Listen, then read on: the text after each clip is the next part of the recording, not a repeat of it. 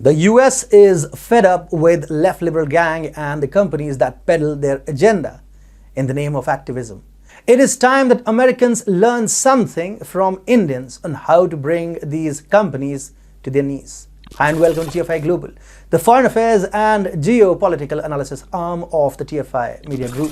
I'm Atul Mishra, and if you haven't subscribed to the TFI Global channel yet, please hit the subscribe button and press the bell icon to receive all the latest updates. Let's begin. Do you know what makes the left ideology so loud and assertive? Is it the left-leaning and far-left activists? Well, no. Everyone knows that they are propagandists. Is it the popular biased artists? Well, no. They're just actors and nobody really cares about what they have to say. It is the billionaires and the rich corporates who perpetrate the so-called values of the left ecosystem. They pump in the dollars that you give them into furthering the left liberal agenda. Take the case of abortions. Leftist companies are clearly backing the pro-abortion movement, even though Americans want the corporate to remain apolitical. This is an assault on the freedom of conservative thinkers, and now it is time for the Americans to learn something from the Indians and scare these big companies. We normally expect companies to run their businesses and at the most get into a bit of social activity. However, they have kept getting into leftist propaganda in a desperate bid to promote the left liberal agenda. Amidst the ongoing abortion debate in the US, it is becoming apparent that some red states could restrict abortions if the US Supreme Court strikes down a previous judgment permitting the practice. So these companies are saying that they will help employees move to other states for carrying out abortions. Several large companies with employees located in places in Texas and Oklahoma have promised to preserve access to abortions in the event of their criminalization. The list includes some big companies like Citi, Apple, Yelp, and Amazon are categorically including abortion in the expansion of their existing benefits programs to reimburse travel allowances for seeking medical care outside their states. Similarly, Uber and Lyft have also promised transportation for people seeking abortions as well as legal help for drivers facing lawsuits.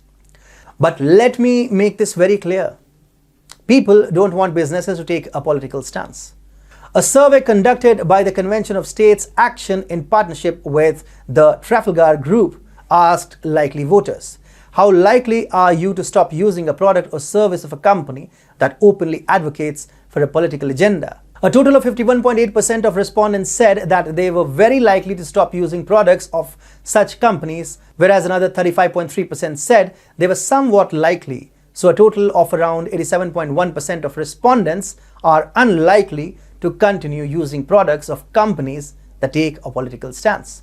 And it is the Republicans who seem more aggrieved. A total of 93.4% of Republican voters said that they were likely to stop using a product or service of a company that advocates a political agenda with which they disagree. Convention of States Action President Mark McLeish said the progressive left's insistence that everybody and everything adhere to their agenda and politics is now coming home to roost. McLeish added, when an overwhelming majority of Americans from all political backgrounds say that they are now likely to boycott companies they disagree with, it's an indicator that regardless of what side they choose to take on, this is a losing battle for the companies.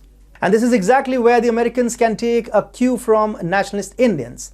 Within India too, we have had several instances of companies advocating a left liberal agenda. But India, or more particularly Hindus, know how to ensure that those businesses fall in line. And why just the left liberal agenda? India has banned hundreds of Chinese apps over the past year and a half or so in a bid to hit back at Beijing.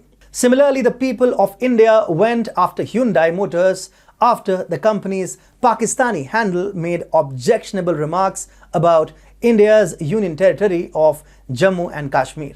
Indians drew a clear line. We like your products, but we don't like it enough to let you push the pro-Pakistan agenda on Kashmir.